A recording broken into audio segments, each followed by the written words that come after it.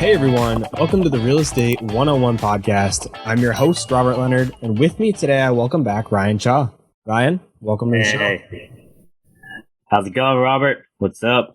Thanks for inviting me on the show again. We talked back on Real Estate episode 42 for anyone that's interested in hearing our previous conversation, but for those who haven't heard that conversation yet, tell us a bit about yourself, your background, and your story. Yeah, so I was inspired to get into real estate investing from my grandpa. He actually bought up a couple properties in the San Francisco Bay Area in California in the 1950s. So they were pretty much dirt cheap back then. As we all know, the real estate market boomed and rents went up. And basically, the rental income was able to cover all of his living expenses. So he was able to retire early. And not only that, but help pay for my college tuition and part of my brother's college tuition as well. So I realized that real estate investing is one of the best ways to create generational wealth. So I wanted to get started as soon as possible. I basically got started about 8 months after I graduated. I bought my first property, basically a 3-bed, 2-bath, single family home, but I bought it in a college town. And I did that because I wanted to rent it out by the bedroom because I would increase my rental income overall. So I would rent out each bedroom for, let's say, like $600, $700 per room. And so that would make me around $2,500, $3,100 for a 4-bed or 5-bedroom house. So I basically repeated that process once a year. Now I have 6 properties and it's making $17,510 per month in passive income. I want to dive into the numbers a bit, your strategy, but before we do, did you talk with your grandpa about his kind of background with real estate, or did you just see what he was doing and you're like, okay, real estate's the answer, I'm going to kind of go figure this out? Or did he kind of take you under his wing and be your mentor? I wish he did, but I just didn't. I wasn't in the right place at the time when, before he passed away. So unfortunately, we didn't really have that discussion. But it was kind of an inspiration because I saw, like, with my very own eyes, how it was working for him. So I knew it would work for me eventually, as long as I persist and I figure it out on my own. Right. I did have a mentor though. I did have my real estate agent. He was very kind to show me basically how the numbers work out. What are some things that you should look for in a house to make sure it's in good condition and a good location, that type of stuff. Did you see anything about the real estate changing hands from when your grandpa passed that kind of has had an impact on how you're doing your succession planning with your real estate as you build? One of the biggest things real estate investors often think about once you kind of start to scale a bit is how can I pass this on to generations? A lot of real estate investors want to build generational wealth. So I'm curious if you saw anything happen to your grandpa's portfolio, unfortunately, after he passed, that taught you something that you kind of are able to apply to your own portfolio. Yeah. So, first off, what's really cool is that the real estate gets passed on to your siblings to your sons and daughters on a step up basis. So basically what happens is they inherit the property and they don't have to pay the capital gains taxes. Another strategy a lot of real estate investors use is the I'm forgetting the 1031 exchange, right? So basically what they do is they buy a more expensive property and then they sell their current property at the same time to avoid paying taxes. And then you could basically do that over and over and over until basically you pass away. And then your daughters and sons inherit it on a step up basis so they don't have to pay taxes on those gains. Yeah, they call that the swap till you drop method, where you basically just kind of keep upgrading every property. You swap one property for the other. You keep swapping and swapping until, unfortunately, you drop. But you could buy, say, $100,000 property, the first one, and then by the time you're done, you could have $1 million property, and all of those gains are tax free for your children or whoever you end up passing those properties on to. Yeah, exactly. It's an amazing strategy.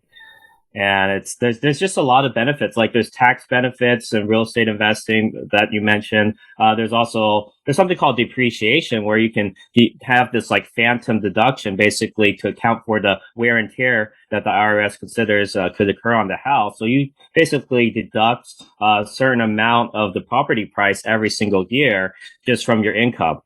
even though there's not much wear and tear on the property. There's also appreciation. You make money through that. You make money through every month by the cash flow, and then you make money by equity pay down because the tenants are paying down your mortgage. What has changed with your portfolio and or your strategy since we last talked? And what have you done that has allowed you to keep up your cash flow during COVID? Yeah, that's a great question because when COVID hit, I was kind of panicking. All the colleges went to online. So I was like, oh man, what am I going to do when people want to cancel their lease? And sure enough, I started getting emails saying, hey, can I cancel my lease? You know, the colleges went online. Can we work this out? Right. So there's a couple strategies I used. One, obviously I increased my marketing. So that's the most important thing. Increase my volume of interested tenants. So I started advertising more. I started getting on calls one on one with my existing tenants who were on the lease. And I also got on call with tenants who are interested in staying at the house. I just expanded my marketing to like campus bulletin boards, more Facebook groups, Facebook housing groups. And then that was number one. Number two, I offered some discounts for some people who were wanting to basically end the lease. And I said, hey, if you're willing to stay in it, I'll give you like $100 discount. And, basically you'll stay for the end of the lease, or you can sublease it or whatever. You have options, right? So I basically kind of worked it out, and I was able to keep a majority of my tenants. And not only that, I was able to fill up all my bedrooms still. And I was making, I think, around $9,300 per month instead of the usual $10,755 per month I was making at the time. So it was like $1,000, 1,500 pay cut. But at the same time, I was making so much cash flow just by renting by the bedroom that, that I was still making a good profit on that. So I didn't worry too much, when COVID hit. I mean, I worried at the beginning, but then after I implemented the strategies and the solutions, everything kind of worked itself out.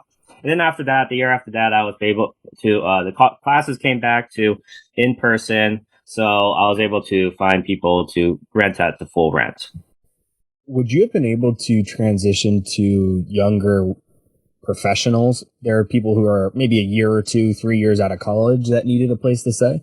Yeah, that's a great question. I actually did take on some young professionals. So I took on some people who were working at the local medical center hospital. I also took on some alumni, some recent grads. And as long as they're able to prove that, they have a job and making consistent income from that job, or if they have a job offer letter that states their salary, I was okay taking in those tenants. But that's a very good point. So I did pivot a little bit. I usually target uh, solely college students, but then I pivoted my strategy a little bit to take on recent grads and medical workers as well. It's interesting to hear you talk about the marketing piece because, well, for a couple of reasons. One, I don't really have to do that too much with my portfolio. Really, I just list it on Zillow or Realtor.com, and I have a lot of people that want to rent my places anyway. And then the second thing is just not a lot of real estate investors really talk about that. So I'm curious, do you think you have to do the marketing component because you're using a little bit of a unique strategy where you're renting by the bedroom? Yeah, exactly, for sure. So there's some property managers out there. There are some that'll actually advertise for you for rent by the bedroom, but not all of them. A lot of them will want to rent out as a whole unit and they won't touch the rent by the bedroom kind of method. So I basically use the prime method for advertising. I do my own marketing and advertising because I like to talk to the tenants, kind of get to know them, see what type of tenant they are. So the P in prime stands for placement of advertisements. So you need to make sure, of course, you place your ads where the target tenants hang out. If you place your ads where they don't hang out, it's basically like fishing in an empty pond. You want to basically put it right in front of wherever they're hanging out, right in front of their faces. So R stands for reviewing social media. So after they contact you from those listings, you're going to want to look through their Facebook profile, Instagram profile, and kind of gauge what type of tenant they are from the pictures. So if they have any like smoking, alcohol, drugs, raves, a lot of partying, that type, then I usually try to stay away from that type of tenant. The I stands for identifying the type of tenant. So, is this a tenant who's constantly asking for a cheaper deal? Are they hard to communicate with? Are they very picky? Are they asking for things they shouldn't be asking for? That type of deal. Because if they're picky, at the very beginning, they're probably going to be picky throughout the lease agreement as well. The M stands for measure responsiveness. So I find that the more responsive a tenant is, the more responsible professional they usually turn out to be. So somebody who, gets back to me, let's say I have late rent and I'm asking them to pay the late rent, somebody who gets back to me right away will be a lot better than somebody who waits like 2 weeks, 3 weeks, and then finally gets back to me. I want somebody who's very responsive.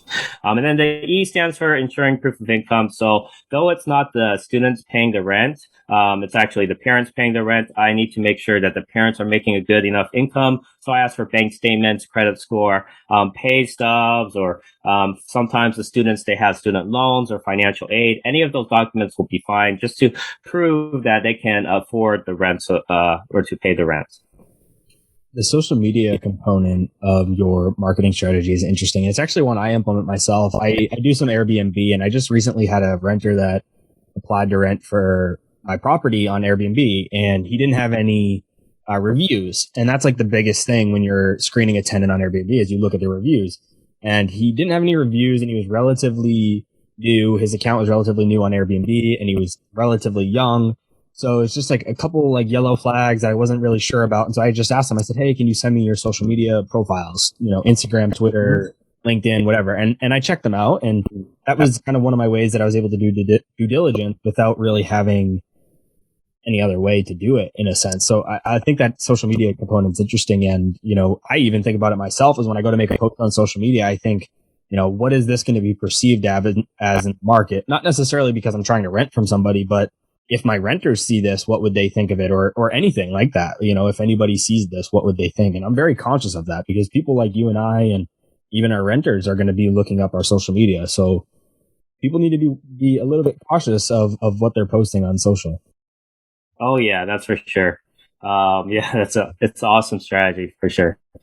If you could just do that extra due diligence. You mentioned that your grandpa was buying in the San Francisco market. And obviously that's really expensive. Where are you buying these days? Where are your 6 properties? Yeah, so I have a couple in Stockton and I have in Sacramento, California as well. So I purchased near like the pharmacy school that I went next to, and I also purchased near Sacramento State students. So those are the target markets for me. And I'm not super familiar with those markets, but are they relatively expensive compared to other parts of the country? No, not too bad. I would say when I was first starting out, for the first like 4 properties I purchased, most of the ones in Stockton were around 300,000, and then the ones in Sacramento, they're like 400, 500,000. But nowadays, obviously, the market has gone a little bit crazier, so it's been that way across the nation, of course. But I would say houses in Sacramento are now like 500,000 or so, and then Stockton is around 400,000. But you can still make the numbers work with this strategy, which is really cool. If you find a house that has a very large square footage, and then you could put in like a 4th, 5th, or even 6th bedroom, your upper limit for how much you can purchase the property for actually goes way up. Like if I can get a house for 500 to maybe $540,000 in Sacramento and make it a 5-bedroom house, then the numbers work out and I'm making actually quite a bit of cash flow. For instance, the house that I'm house hacking currently in Sacramento, it's I'm making the mortgage is about $2,300 or maybe $2,400 per month, and I had a 2.75% interest rate. And then the rental income from the 4 other bedrooms, I'm staying in the master and renting out the other 4, is about $3,600 per month. So there's still a very, very good spread between the mortgage and how much I'm getting in rental income. It's such a good example of how you can get creative because those properties probably wouldn't make very good rentals if you just bought them as traditional rentals and just put one tenant in there. It probably wouldn't make sense. But and people will say, oh, there's no deals out there. There's no properties to buy. But, there are different ways that you can get creative. If you do a buy the room strategy, like you said, I mean, your rental income is so much higher. And like you mentioned, you would buy a much more expensive property and the numbers still make sense. Yeah. And plus, I'm living in it too, which is awesome. Did you live in all 6 of them? So have you been doing this for 6 years and just moved from one to the next? Or did you just live in a couple of them? And what did that look like?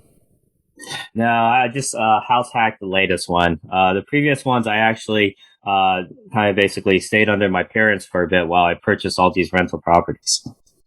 And so were you required to put 25% down on each of them? Yes, that's about right. Yeah, let's see. Yeah, 25% down for all my investment properties. That's true. And did you But fund the, oh, go ahead. yeah, what was really cool is my first property I bought for 262,000, and it went up to 430,000. Now that's about $168,000 in appreciation.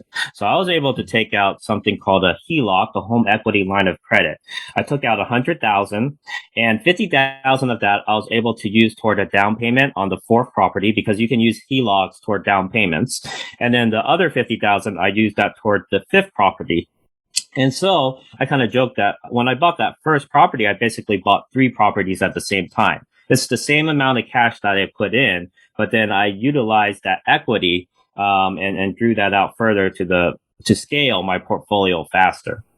Were you living in the property that you got the HELOC on? No, I did not. So you could It's get a an HELOC investment on property. It was a HELOC on an investment property. Yeah. So my rates were a little bit higher. I think it was like 5.5% or maybe even 6 when I took it out. No, I think it was 5.5. But yeah, especially with the Federal Reserve kind of lowering interest rates and everything, that actually dropped down quite a bit. And I don't have to. What's really cool about HELOC is you don't have to pay interest on it until you take the money out. So it's kind of like a credit card. If it's if credit card is zero balance, you pay no money on that zero balance. Versus when you do take it out, like let's say I took out that 50,000, well, I'm only taking like paying a 5% interest on that 50,000 And so once I take it out.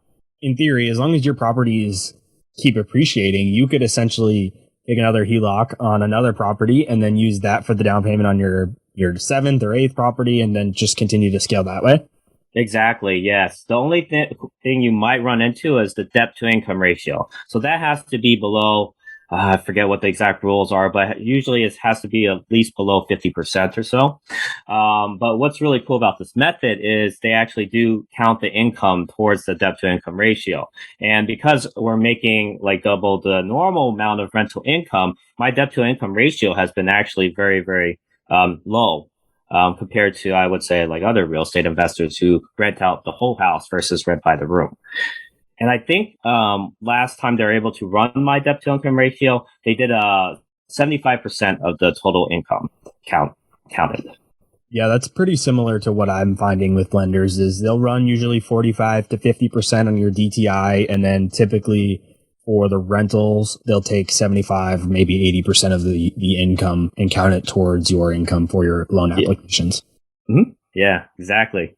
So when you're considering using HELOC to purchase property, let's just say you took out that 50,000, you're going to go buy the rental. Is your calculation basically saying, okay, my payment on this HELOC is going to be X dollars as long as my profit on this property that I'm going to purchase is more and ideally significantly more than what that loan payment is, then I can use the profit from that property to cover the loan and then I can take any extra for myself. Is that kind of how you think about it? Yeah, exactly. So let's say I took out 50,000, right? 5% of that is probably what, 2,500 or something like that per year. And so if I'm purchasing a property that's making 3,100 or, $3,700 per year, well, I'm gonna, I basically pay off that HELOC interest on the first month, right? Or sorry, I should say 33,000 to 3,700 per month. I apologize. I think I said per year, but yeah, you basically pay it off in the first month. Plus, you gather the appreciation on the property. You get the equity pay down, and then the cash flow, right? College students are notoriously risky tenants, I guess you could say, with damage and partying, etc. So, we talked about kind of looking at social media profiles, things like that. But what else do you do to manage the risk of college students partying and damaging the property, or just any other activities that college students take part in? Yeah, no, that's a very good question. So the key is really the target college that you invest in. So I invest in colleges that are usually more they're tougher to get into. You usually need like a 4.0 GPA in high school. So these are people who are very studious. They got really high SAT scores, ACT scores, or whatnot. And they also have some professional programs as well. So like medicine, like medical doctors, pharmacy, dentistry, nursing. Those are the type of students that I typically target. So people who are a little bit more mature, older, they're in graduate school, if possible. And if I bring in those tenants, at least even if I just bring in like 2 tenants from that pool and then maybe like 2 sophomores, usually the dynamic works out so that the house becomes mainly a study house. There's other things I do to kind of discourage partying as well. One of them is I don't have any TVs at the house. So to me, like TVs kind of encourages that, sit back, drink a beer type of culture. So I discourage that.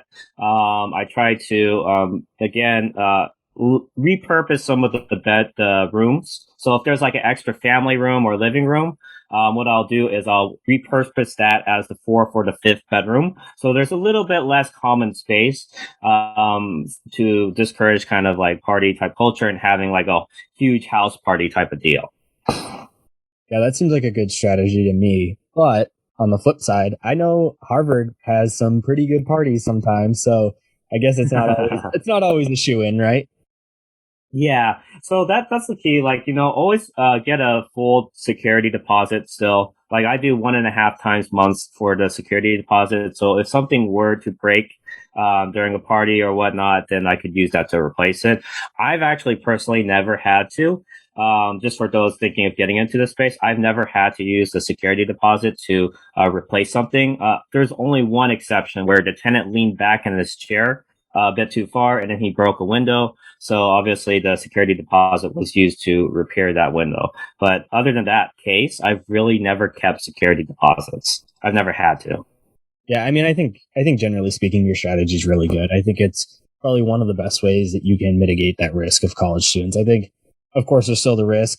College students, no matter how good the school is, there's still a potential for it. But I think overall, you're definitely minimizing your risk.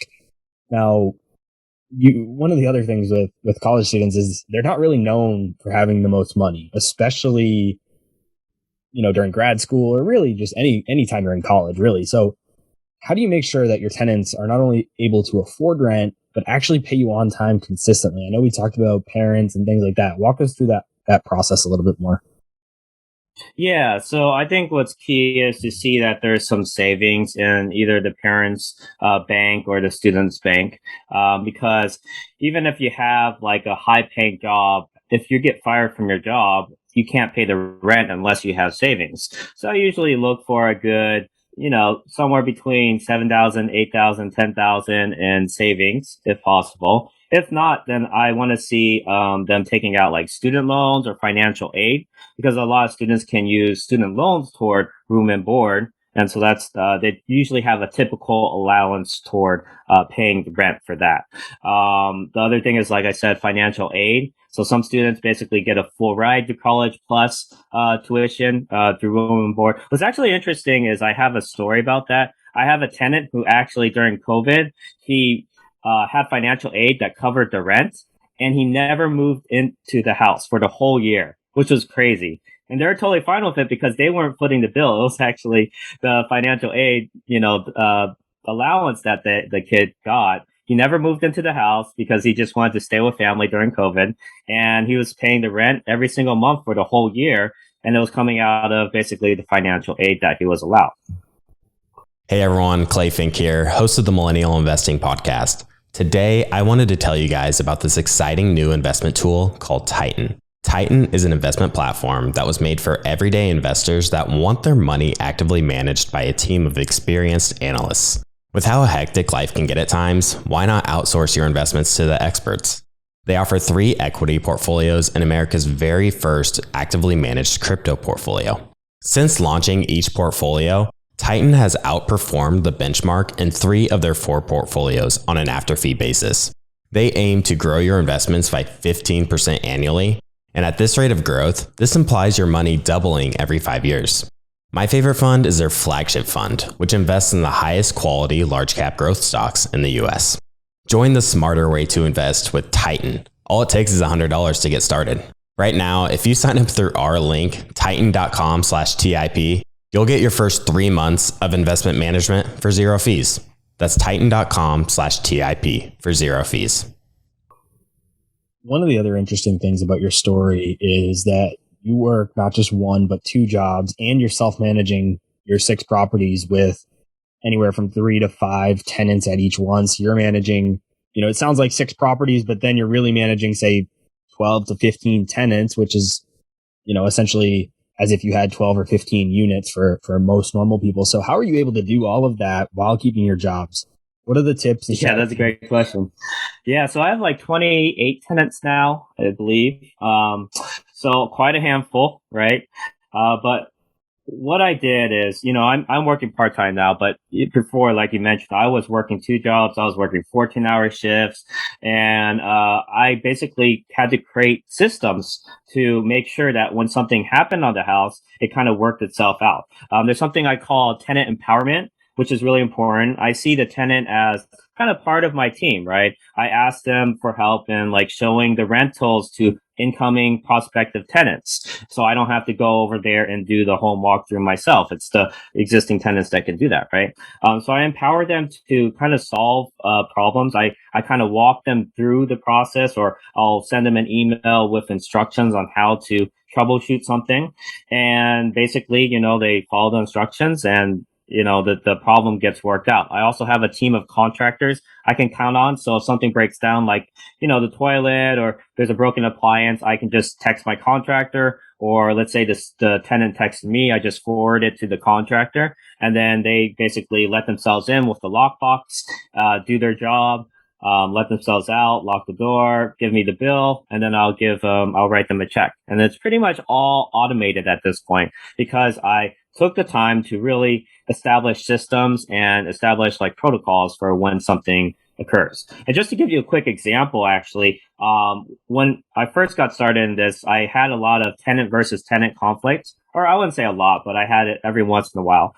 And what I did originally was I would call up the other tenant that they complained about and say, "Hey, dude, the other guy's complaining, about you," and then that would just escalate the situation, because now the tenant's like, "I'm not going to do what he told me. He's talking behind my back. He's telling the landlord about me, telling on me essentially. He's a fink, whatever." Right. So it kind of just escalated after that. What I do nowadays, which I find very, very, effective, is I talk to the tenant who complained and said, "Hey, why don't you have a face-to-face discussion with the guy you're complaining about?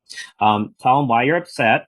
Tell them, okay, or talk it over. Like, what are you going to do going forward? Come up with an actionable plan, and then implement that plan, and then see where it goes from there. And then after that, you can talk to me." Ever since I've done that, I've never had them come back and start, complaining again, because I empowered them to, work it out among themselves, versus like, behind the back type of deal. And that, ever since I've done that, it was a very effective way of managing the tenant versus tenant conflict.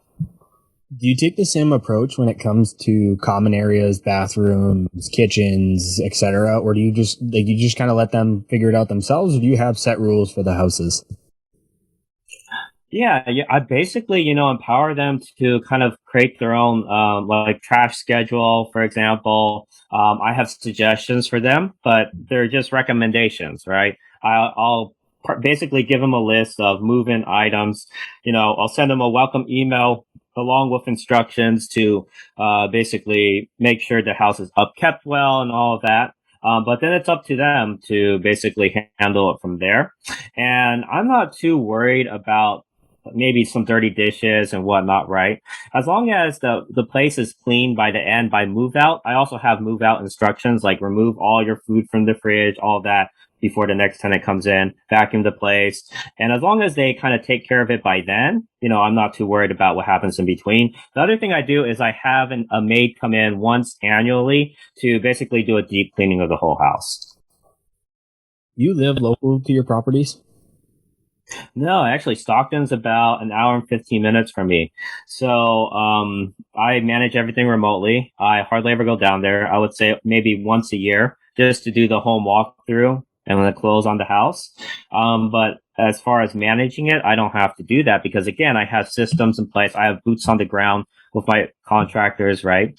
And I think anyone could do this. I have people that I teach that do these rentals, the student housing method out of state, and it works just fine as long as they have boots on the ground, they have a team in place, and have systems in place. Yeah, I mean, it sounds like you have the right systems and processes in place. Are you going to scale to other states outside of California eventually? Probably, yeah. Actually, I'll be going out of the state probably in like 2 years or so. I plan to buy like two more properties using other people's money. This next year, I'm going to implement basically partnerships. What I'm going to do is have basically relatives or medical doctors that I know from my hospital invest with me, and they put up the down payment for a house, and I'll pay them like $1,300 per month for the first 6 months. And then they also get like a percent of the equity, like maybe 1 or 2% kind of royalty as well. And so I promise like an 8% return no matter what. That's a personal guarantee from me. Even if the house goes under, whatever, I still pay them the 8% for the full 6 years plus the royalty.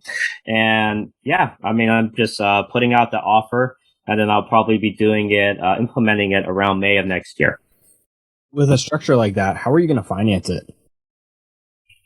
Yeah, that's a great question. So there's kind of creative ways to do that. If you keep the money in an account for 2 months or 3 months or so, then we call that the seasoning period, where basically any money that's kind of in that account after those 2 months is kind of considered your money, because what lenders do is they only look at like the last 2 months, and that's what we call the seasoning period, right? So, as long as it's in there before then, it's usually valid to use that money towards like a down payment. So what you're going to do is have them give you the money 2, 3, 4 months before you know you're going to want to acquire the property. So if you're going to do this in May, maybe they give you the money in January, February, and then because that money has already seasoned in your account, you can still get traditional financing. Is that kind of what you're thinking? Yes, exactly. That's correct. Of course, I'm going to talk it over with the CPA and everything, and the real estate attorney as well. But most likely, that's the route I'll be going. Do you know yet how you're going to handle the deed? Are you just going to quit claim it after you purchase it? That's a good question. I haven't gotten to that point yet, but I mean, I'm open for suggestions. Yeah, it's interesting. I'm kind of going through the same thing right now, a similar situation. So I think one of the best bets. The only issue when you do something like that is that due on sale clause. When you transfer the deed, it does become what they consider a sale, and so in theory, the bank could call your loan due in full if they wanted to. I've talked to a couple of attorneys, and according to the attorneys, that pretty much never happens as long as you don't default on your loan. So it's a little bit of a gray area, but it's just one of those things to definitely keep in mind. Yeah, there's actually something called due on sale clause insurance as well, which might be something to look into.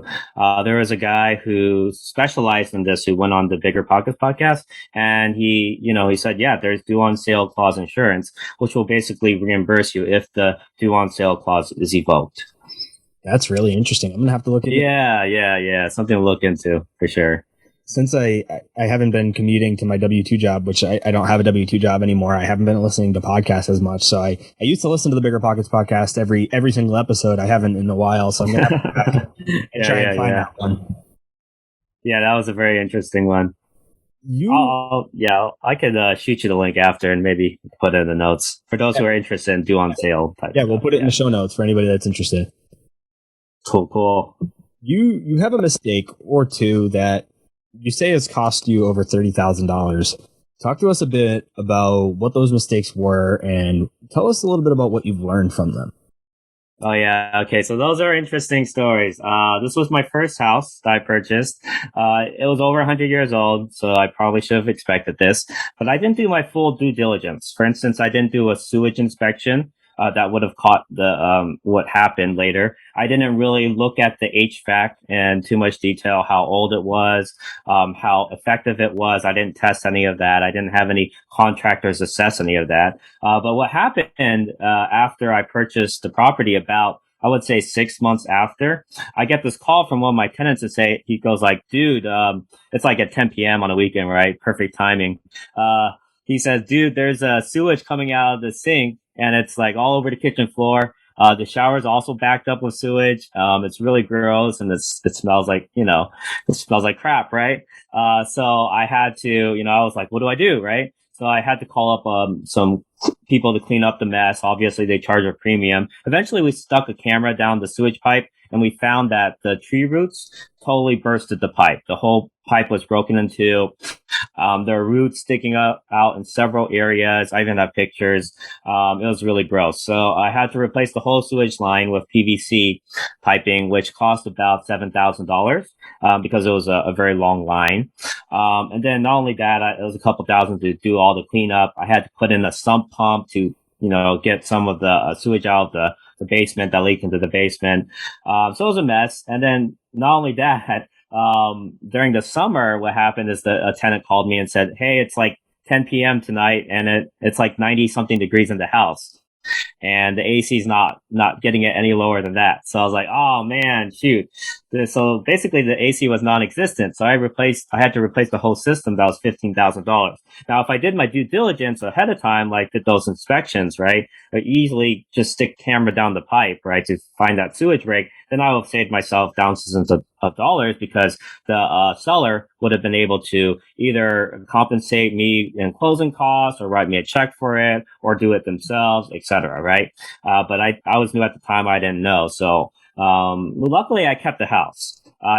This is the house that went up from 262,000 to 430,000. So that $30,000 that I lost, it was just like a small blip, right? And the vast ocean of, appreciation, cash flow, whatever. What's really interesting though is how I handled it too, because I owed $23,000 or $22,000, and I only had $7,000 in the bank.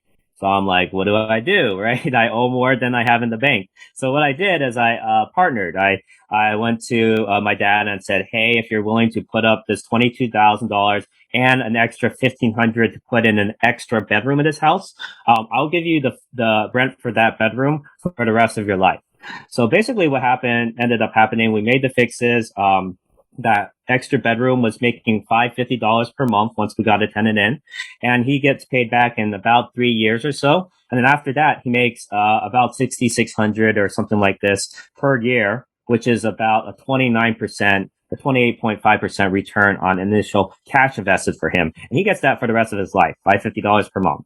So it was a win-win situation for both of us. And, it worked out. What happens if you want to sell that property though? In terms of like pricing or in terms of like bedroom? your dad's money, he's thinking he's going to get this for life, right? What if you want to sell it tomorrow? Yeah. So if I sell it, I still, again, we did have a contract or we hashed out the details. So I would still be paying him $550 per month, even if it was sold. Yeah. So I gave him that guarantee, like guaranteed $550 per month, no strings attached, that type of thing. So why was it only $1,500 to add an extra bedroom? Were you just like doing some renovations to like a room that already existed and made it a bedroom? Because you can't do an addition for $1,500. It was very cheap. The contractor that I use, he is a general contractor, but he kind of gives us discounts because we do a lot of projects with him. But he charged us $1,500 because it was basically drywall. I would say either 7 feet or 10 feet of drywall. And then it was just putting up that door, and that was it to create the extra bedroom. It's not like adding an addition to the outside of the house. It's more of like an interior wall addition type of deal. And so that didn't cost too much actually. And again, work with contractors that you trust. Get different bids. Get at least 3 bids, I would say, for any projects, any major projects, and then you can kind of talk with them and see, their expertise, and then choose the one that is the best deal for you. That's another example of how people can get creative. People always talk about that they can't find deals, but if you go to buy a house that has a little bit of extra space, you could turn that into an extra bedroom for $1,500. And now you said you're collecting $550 a month from that. That's a 3-month payback period. I mean, that's a great investment. And if people just look too surface level and say, "Oh, there's no deals out there," or everybody's buying deals too quickly. And maybe you just need to get a little creative and look for some ways to do things like that. Mm-hmm. Yeah. And if you can buy a house that has a family room and a living room, usually students don't need the extra family room, so you just make that a bedroom, right? That's the easiest way to do it. What is That's your just plan? furniture. Oh, sorry. Go ahead. What is your plan with these properties when you do want to exit? Do you plan on just selling to a traditional homeowner? Because, I mean, the probability of somebody coming along that wants to buy this as a student rental is probably going to be pretty slim. I mean, I suppose it's possible, but you're probably going to sell to a traditional homeowner. Is that kind of what you're thinking? Yeah, pretty much. So what I would do is I might take out a wall addition if I added a bedroom. It only costs a couple, like couple thousand or so. And then if they want it, if they want to keep it, that's fine. If they don't want it, then, we could take it out. Then I would just sell it to a single family, basically just keep it, how I basically bought it, as a single family home. A common concern of new investors or even those looking to get started in real estate is having so much debt. How do you mentally deal with having the debt that is how do you mentally deal with having the debt that is associated with a rental portfolio? And I mean, you're using HELOCs, so you're even more, arguably levered than some other investors. So talk to us a little bit how you deal with that mentally.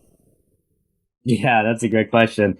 I feel like I think I owe like $700,000. So I'm technically $700,000 in debt, but it's your friend as a real estate investor because that's debt that's being paid off by somebody else. So it's good debt, right? And what's really cool is you're using leverage. You put up the 20%, but the bank is putting up the other 80%. Your returns are much greater for the cash you invest. Let's say I'm just going to take a quick scenario. Hopefully this is simple enough, but let's say we bought a $100,000 house and we put a 20% down payment on it.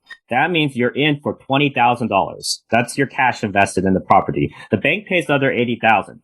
Now let's say that $100,000 property goes up 3% in appreciation in the first year, which is actually a pretty normal appreciation rate. That means you get $3,000 return. That $3,000 in appreciation is yours when you sell the property or cash out refi or whatever you do. And so you divide the 3,000 by your initial 20,000 investment. That's a 15% return.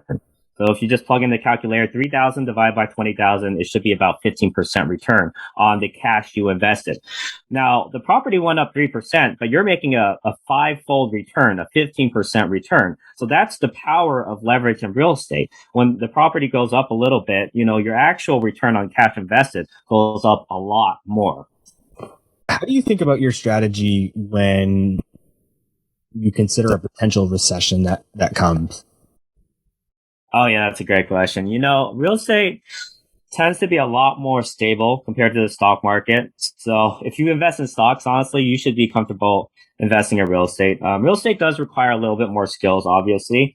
But it's a little bit more steady, right? It's there might be like a crash or like kind of a recession, but then it's kind of like a upgoing line like this. So there might be like some hills and valleys or whatnot, but overall in the long run, if you hold on to your real estate, it'll go up. And if it does crash, that's actually a great time to buy more, right? If you purchased in 2008, there's people who would, 2 times, 3 times, 4 times their investment by now. I know somebody who bought a house in I think it was Roseville, California, and they bought it for I think it was around 200,000 back in 2008, right? And now it's worth over $900,000. So 700,000 over what is that? 12 what was it? 14 years, 13 years? I mean that's a ton of money per year, right? What's interesting about your strategy too is that you're focusing on students, and studies have shown that the enrollment rate at colleges actually goes up during recessions. People are like, okay, I'm either out of the job market, or if I want to keep my job or whatever, I need to further my education. And so a lot of people actually go back to school. And so if you look at some studies, it seems like enrollment rates actually increase. So for you, I mean, in theory, your properties might even do better in a recession. Yeah, exactly. What's really important is as long as you make the cash flow, if you're positive cash flowing a good amount of money, you just wait through that recession. You wait out the recession because you're still going to get money every single month, right? It's not like colleges are all going to shut down and all the students are going to leave or anything like that. I mean, my college has been around since 1859 or something like that. So, was that 150 years, 170 years or something like that? So, yeah, it's not going to shut down anytime soon or anything like that. So, yeah, during a recession, just hold on to it and buy more. I suppose you may have some more people that commute to college rather than paying to live there. But I mean, I think generally speaking, I think during a recession, I think student rentals should be a better performing asset than maybe some others like Airbnb or something like that. But what has been the most influential book in your life? And I don't think it necessarily has to be your favorite, because I think I have a favorite book and then I have an most influential book. So tell me what has been your most influential book? Oh man, I know people say this all the time, but it has to be either Rich Dad Poor Dad or The Real Estate Millionaire by Gary Keller, something along those lines, or The Millionaire Real Estate Investor by Gary Keller. Those have been the most impactful because they talk about, especially Gary Keller, he talks about creating teams and systems, because that's what real estate investing is all about. It's a business, right? So if you create the teams, the systems, the processes, and put those in place, it basically is a self-running machine for you. It's on autopilot, and it's making this passive income that you get every single month that you spend like for me, I spend like less than an hour a week on this stuff because I might do my marketing during April or whatever. But after that, it's pretty much all hands off for the most part. I just forward some text messages to my contractor. I write some checks, and that's about it. Yeah, my personal favorite real estate book is The Millionaire Real Estate Investor from Gary Keller, too. Really? Nice, yeah, I think that's the best real estate book. Anytime somebody asks me, like, hey, I want to get into real estate, what's the first book I should read? I usually recommend that book. Oh, yeah, for sure.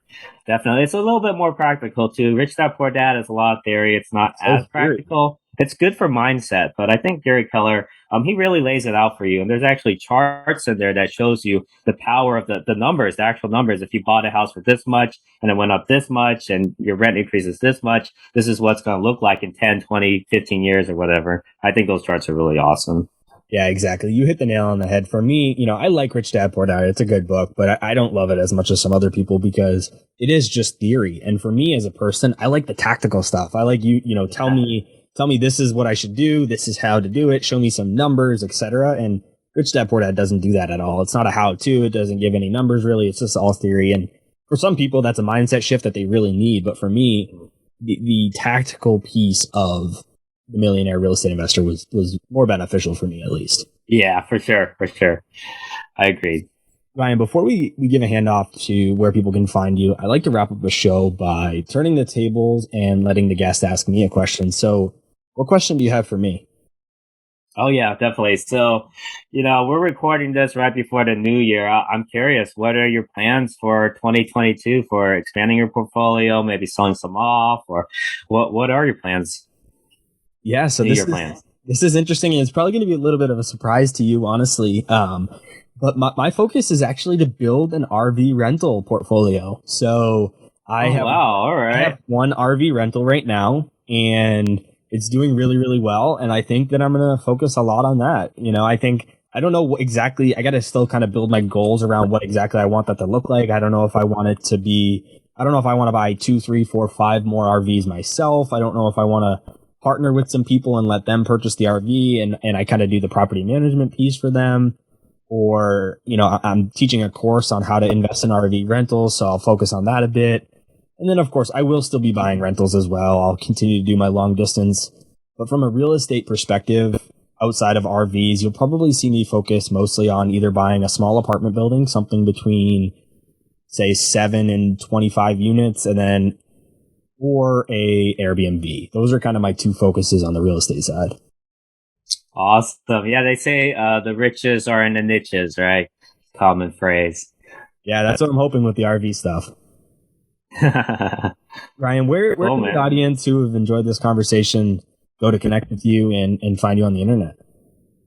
Yeah, so you can reach out to me. I have a free PDF guide for those interested in student housing, the student housing strategy, or just getting started in general. with real estate investing, some mindset things. It's at www.newbierealestateinvesting.com/guide. Newbie is spelled NEWBIE. Again, that's www.newbierealestateinvesting.com/guide. I'll be sure to put a link to that in the show notes below for anybody that's interested in checking it out. Ryan, thanks so much for joining me. Awesome. This was an awesome episode. Thanks again, Robert.